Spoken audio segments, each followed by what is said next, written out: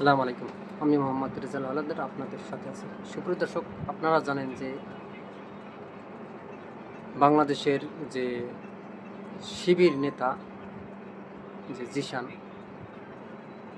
তিনি অপহরণ হয়েছেন এবং এই অপহরণের ঘটনাকে নিয়ে অর্থাৎ গুম হয়েছেন যেটাকে বলে, এই গুমের ঘটনাকে নিয়ে মানে এই জিশানকে নিয়ে অনেক প্রোপাগান্ডা ছড়িয়ে যাচ্ছে বাংলাদেশের বিভিন্ন জায়গায়। কেউ বলে যে তিনি নাকি কোনো মেয়ের সাথে হয়তোবা খারাপ কাজে লিপ্ত ছিল, বিয়ের প্রলোভন দেখিয়েছে, এবং কেউ বলে তাকে উঠিয়ে নিয়ে গেছে, আসলে গুম করা হয়েছে।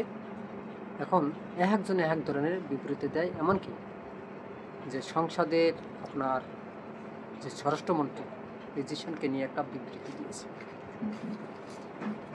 এবং যে অনেক পত্রপত্রিকায় জিশানকে নিয়ে নিউজও করেছে।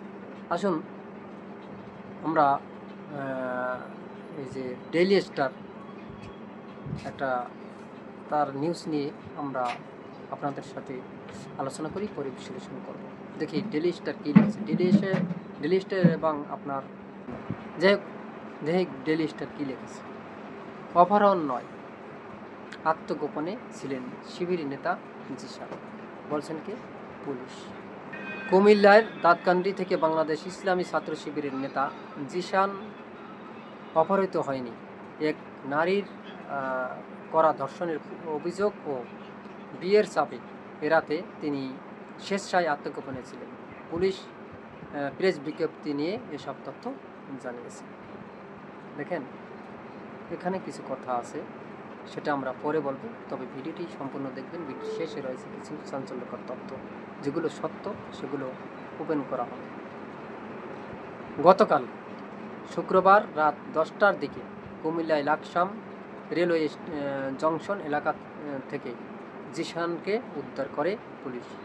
উদ্ধারের পর জিশান দাবি করেছিলেন তাকে গাড়িতে করে অপহরণ করা হয়েছিল। তবে পুলিশ জানায় জিশানকে কেউ অপহরণ করেনি, তিনি নিজেই আত্মগোপনে করেছিলেন। জিশান ছাত্র শিবিরের কেন্দ্রীয় কমিটির সহকারী আন্তর্জাতিক বিষয়ক সম্পাদক। তিনি কুমিল্লা পশ্চিম জেলা ছাত্র শিবিরের সভাপতি ছিলেন। পুলিশের সংবাদ বিজ্ঞপ্তিতে বলা হয়, গত 20 মে জিশান দাঁতকান্দির একটি ভাড়া বাসায় নিয়ে বিয়ের প্রলোভন এক নারীকে নিয়ে থাকেন। ওই নারী অন্তঃসত্ত্বা হয়ে পড়লে তার গর্ভপাত করানো হয়। এ ঘটনার পর ওই নারী বিয়ের জন্য চাপ দিলে জিশান শুক্রবার বিয়ে করবেন বলে সম্মতি দিয়েছিলেন, কিন্তু বিয়ে না করার টালবাহানা থেকে বৃহস্পতিবার তিনি আত্মগোপনে চলে যান। ঘটনা ভিন্ন খাতে তিনি তার চাচাতো ভাই রাসেল আহমেদের মাধ্যমে থানায় নিজেদের সাধারণ ডায়েরি বা চিঠি করান। পুলিশ আরও জানায়, জিশানের উদ্ধারের খবর পেয়ে শুক্রবার রাতে ওই নারী বাদী হয়ে দাঁতকান্দি মডেল থানায় নারী ও শিশু নির্যাতন দমন আইনে একটি মামলা করেছেন। মামলায় ধর্ষণের সহায়তা ও ভ্রূণ নষ্ট করার অভিযোগ এনে জিশানকে প্রধান আসামি করা হয়েছে। এ মামলায় মোট আসামি 4 জন। কুমিল্লায় পুলিশ সুপার মোহাম্মদ আনিসুজ্জামান বলেন, নিখোঁজ শিবির নেতা উদ্ধার করা হয়েছে, তাকে কেউ অপহরণ করেনি। এক নারীর সঙ্গে প্রতারণামূলক ঘটনার জেরে তিনি নিজেই আত্মগোপনে ছিলেন। ওই নারী তার বিরুদ্ধে মামলা করেছেন। এর আগে বৃহস্পতিবার রাতে দাঁতকান্দি মডেল মসজিদে এশার নামাজ পড়ার পর জিশান নিখোঁজ হয়েছেন দাবি করে পুলিশের কাছে অভিযোগ করেন তার বড় ভাই রাসেল আহমেদ।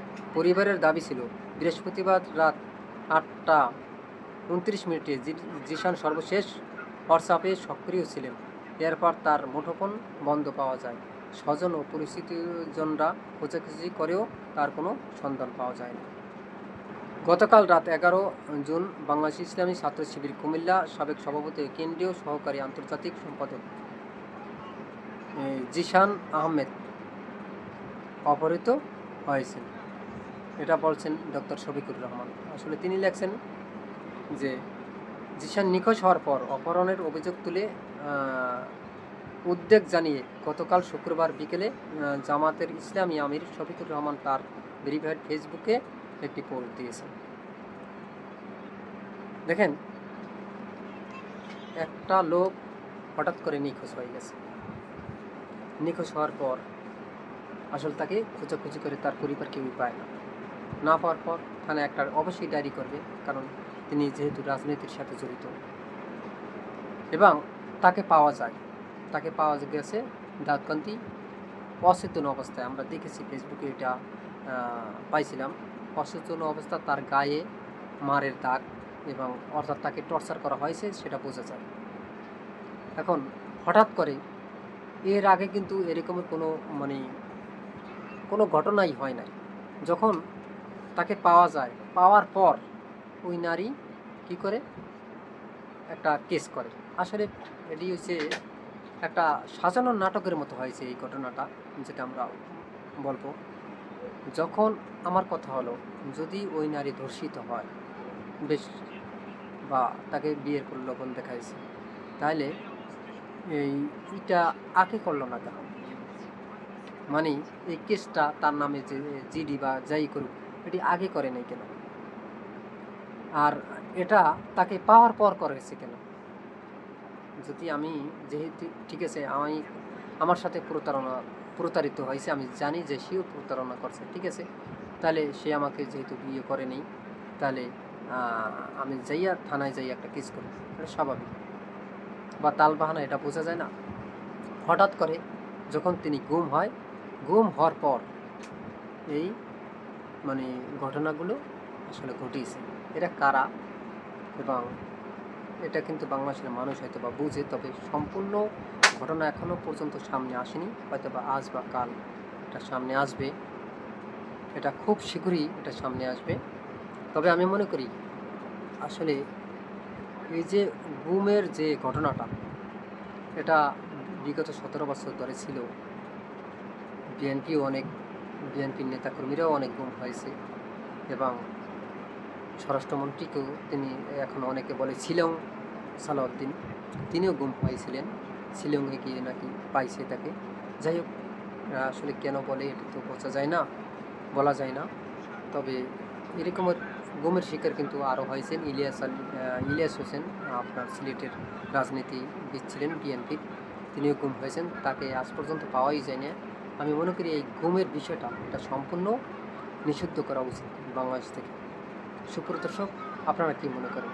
আসলে এই জিশান কি অপরাধী? অবশ্যই আপনাদের মতামত কমেন্টে জানান। ভিডিওটি ভালো লাগলে RS বাংলা নিউজ 24-কে সাবস্ক্রাইব করুন, লাইক ও শেয়ার দিয়ে সবাইকে দেখার সুযোগ করে দিন। সে পর্যন্তই। আসসালামু আলাইকুম রহমতুল্লাহি ওয়া বারাকাতুহু।